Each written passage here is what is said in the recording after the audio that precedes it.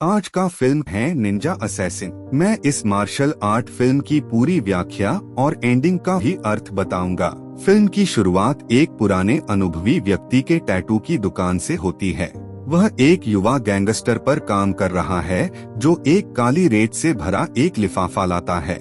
Gangster इसका मतलब नहीं जानते, लेकिन बूढ़ा सदमे में जम जाता है। उन्होंने खुलासा किया कि काली रेत दुनिया में सबसे क्रूर निंजाओं के आगमन को दर्शाती है। उन्होंने बहुत पहले उनका सामना किया था और उन्हें यह जानने का प्रत्यक्ष अनुभव है कि वे कितने खतरनाक हैं। जब गैंगस्टर उसे कायर कहते हैं तो वह उन्हें अपने सीने पर एक बुरा निशान दिखाता है जो एक निंजा हमले के कारण हुआ था। सौभाग्य से उनके दिल जन्म से दाहिनी ओर में था। यही एकमात्र कारण है कि वे आज भी जीवित हैं। अचानक एक आदमी का सिर आधा कट जाता, हर जगह खून बिखर जाते हैं। तभी छत से एक तार गिरता है और एक आदमी को ऊपर की ओर खींचता है। जब उसे वापस फेंका जाता है तो उसकी आंत के केवल टुकड़े ही जमीन पर पहुंचते हैं। निंजा छाया में छिपे रहते हैं और लोगों के शरीर और अंगों को एक ही बार में काटने लगते हैं, जिससे भारी रक्तपात होता है। सभी के मरने के बाद ही हम निंजा को कमरे के अंधेरे कोनों से बाहर निकलते हुए देखते हैं। फिर हमें जापान के ओजुनु कबीले से मिलवाया जाता है। यह निर्दयी ओजुनु के नेतृत्व में निंजाओं का एक कबीला है। कबीला दुनिया भर से बच्चों को इकट्ठा करता है और उन्हें चरम निंजा हत्यारे बनाने के लिए क्रूर प्रशिक्षण दिया जाता है। वे विश्व नेताओं के बीच लोकप्रिय हैं, लेकिन दुनिया के बाकी हिस्सों से छिपे हुए हैं। जो कोई भी कबीले को 1000 सोना प्रदान करता है, वह अपने हत्यारों को काम पर रख सकता है और उस व्यक्ति की मृत्यु सुनिश्चित कर सकता है जिसे वे मारना चाहते हैं। ओजुनु कबीला 100 से अधिक वर्षों से चुपके से काम कर रहा है और रूसी राष्ट्रपति, जापानी प्रधानमंत्री जेफरी एपस्टीन और कई अन्य उच्च आंकड़ों की मृत्यु के पीछे है। जो कोई भी उनके बारे में जानता है, वह कभी भी उनसे मिलने से डरता है। एक सत्र में ओजुनु ने रिजो नाम के एक नए बच्चे को बाकी समूह से मिलवाया। उसे उसके माता पिता ने छोड़ दिया और नेता द्वारा कबीले में ले जाया गया। कुछ ओजुनु को बताता है कि रिजो उसके बाद कबीले का नेता होगा। अपेक्षा के कारण रिजो के लिए प्रशिक्षण कठिन है। जब वह 10 साल का होता है, तब तक उसके पूरे शरीर पर गलती करने के लिए मिलने वाली सजा के निशान होते हैं। एक निंजा के पास सबसे महत्वपूर्ण गुणों में से एक है छिपे रहने की उसकी क्षमता। रिजो को एक चीखती लकड़ी के फर्श से बिना आवाज किए नीचे चलने के लिए कहता है, लेकिन वो विफल होने के परिणामस्वरूप उसको सजा दिए जाते हैं। दर्द के कारण रात में वो मुश्किल से सो पाता है। तब वह अपने जीवन में पहली बार दया को देखता है। जब एक लड़की उसके घावों पर मरहम लगाती है, उसका नाम किरिको है और वह एक साथी निंजा है। प्रशिक्षण में बच्चों को सिखाया जाता है कि किसी भी तरह की भावना न रखें, लेकिन किरिको अलग है। वह उस हिंसा और हत्याओं में विश्वास नहीं करती। रिजो और किरिको दोनों एक साथ बड़े हो जाते हैं। वे मुश्किल से बात करते हैं, लेकिन हमेशा एक दूसरे से जुड़े रहते हैं। रिजो अब तक का सबसे प्रतिभाशाली निंजा बन गया है। हालांकि अपने वरिष्ठ ताकाशी के साथ एक मैच में वह हार जाता है क्योंकि वह प्रतिद्वंद्वी की गलत रणनीति के कारण होता है। मास्टर इसकी अनुमति देता है और इसके बजाय रिजो को कमजोर होने का दोष देता है। वह रिजो पर एक अत्यंत दर्दनाक उंगली धकेलने वाली तकनीक का उपयोग करता है, जिससे आदमी दर्द से लड़खड़ा जाता है। उसकी अंतिम परीक्षा बिना चिकित्सीय सहायता के रात भर जीवित रहना है। अगली सुबह लौटने पर ओजुनु उसे नए दिन के प्रशिक्षण के लिए तैयार देखता है और परीक्षा पास करने के लिए गर्व करता है। जल्द ही रिजो प्रतिद्वंद्वी को आंखों पर पट्टी बांधकर मारने में भी माहिर हो जाते हैं। किरिको को उस पर गर्व है, लेकिन दूसरी ओर किरिको के जीवन के तरीके से मोहभंग हो जाता है। वह अक्सर क्लास के छोटे नियमों की अवहेलना करती है और रिजो द्वारा चेतावनी दी जाती है। उसे डर है कि अगर मास्टर को पता चल गया तो वह उसका दिल सिर लेगा, लेकिन किरिको का कहना है कि उसका दिल रिजो के साथ है, इसलिए इसे कभी चुराया नहीं जा सकता। एक प्रशिक्षण सत्र में किरिको को एक प्रतिद्वंद्वी को चाकू से चोट पहुंचाने के लिए कहा जाता है। जब किरिको ऐसा करने को मना करती है तो ओजुनु ने उसका चेहरा काट दिया और उसे एक पिंजरे में फेंक दिया। रिज़ो उससे मिलने और उसे पानी पिलाने के लिए चुपके से निकल जाता है। कुछ दिनों बाद बरसात की रात में किरिको भाग जाने के लिए एक दीवार पर चढ़ जाता है और रिज़ो को उससे जुड़ने के लिए प्रोत्साहित करता है, लेकिन वह रहने का विकल्प चुनता है। आखिरकार किरिको को पकड़ लिया जाता है और उसे मार दिया जाता है। सीनियर ताकेही सबके सामने किरिको की दिल सिर कर मार देते हैं। उस दिन रिज़ो का जैसा एक हिस्सा मर जाता है, लेकिन वह फिर भी कबीले के प्रति वफादार रहने का फैसला करता है। कुछ साल बाद बर्लिन यूरोपोल मुख्यालय में मीका नाम के एक फोरेंसिक शिक्षक को कबीले के अस्तित्व के बारे में सबूत मिले हैं। यह जानकारी कितनी खतरनाक हो सकती है, इस बात से अनजान वह इसे काम पर अपने वरिष्ठ मास्लो के पास लाती है।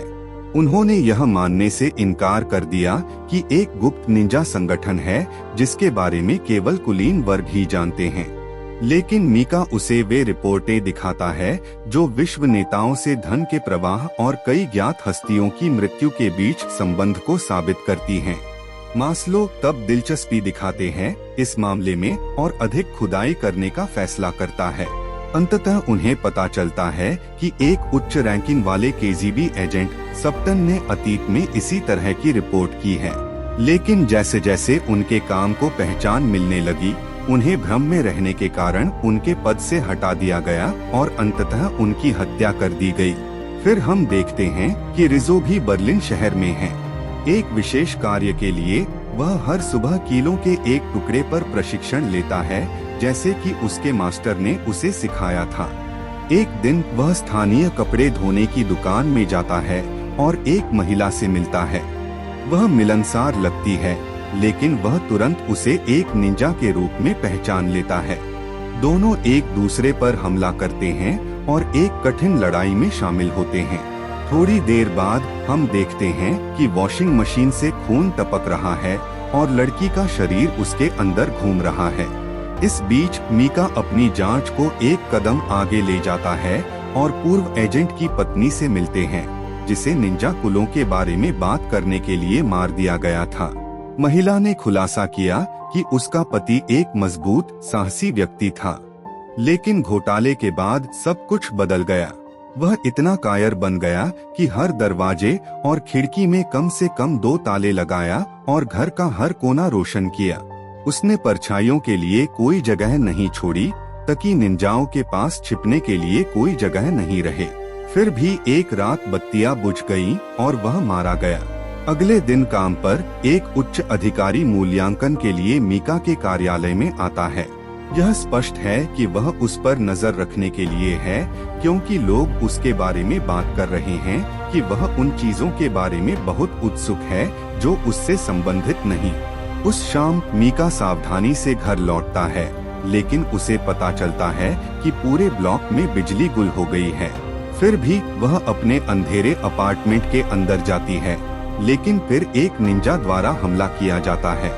हैरानी की बात है कि एक और निंजा उसकी जान बचाती है और हत्यारों को मार देता है। वह कोई और नहीं बल्कि रिज़ो है। एक और फ्लैशबैक हमें वयस्क रिज़ो को उसकी पहली हत्या को पूरा करने के मिशन पर दिखाता है। वह अपनी सारी हताशा को बाहर निकाल देता है और लक्ष्य को बेरहमी से मार देता है। मिशन के बाद वह बाकी कबीले से मिलने के लिए छत पर आता है। ओजुनु कहते हैं कि उन्हें रिज़ो पर गर्व है और वह उन्हें करीब बुलाते हैं, लेकिन सभी को आश्चर्य करके रिज़ो ने उस पर क्योकेत्सु शोगे से हमला किया, जो उसके चेहरे और एक आंख को काट देता है। उसका साथी निंजा उस पर हमला करता है। उसे गंभीर रूप से चोट पहुंचाने के बाद रिज़ो मुश्किल से पानी में गिर के बचता है। फिर जब से वह ठीक हुआ, वह ओजुनु की हत्या के सभी प्रयासों में हस्तक्षेप करते हुए कबीले के खिलाफ काम करने लगा। उन्होंने उसी कारण से मीका की जान बचाई। वे एक होटल में जाते हैं और अपने कपड़े बदलते हैं, क्योंकि निंजा उन्हें ट्रैक करने के लिए एक विशेष महक तकनीक का उपयोग करते हैं। उसके बाद वह मास्लो को फोन करती है और बताती है कि वह रिज़ो के साथ है। जब तीनों योजना के अगले चरण पर चर्चा करने के लिए मिलते हैं तो रिजो को पुलिस ने घेर लिया और गिरफ्तार करते हैं। उसे एक ठिकाने पर ले जाया जाता है और एक जेल में जंजीर से बांध दिया जाता है। मीका को पता चलता है कि मास्लो ने उसे हताशा में गिरफ्तार किया, फिर भी उसने रिजो को जाने देने से इनकार कर दिया क्योंकि वह जेल में सबसे सुरक्षित रहेगा। रात को मीका उसके पास जाता है और उसे पानी पिलाते हैं। रिजो बताते हैं कि हत्यारे यहाँ किसी भी क्षण होंगे।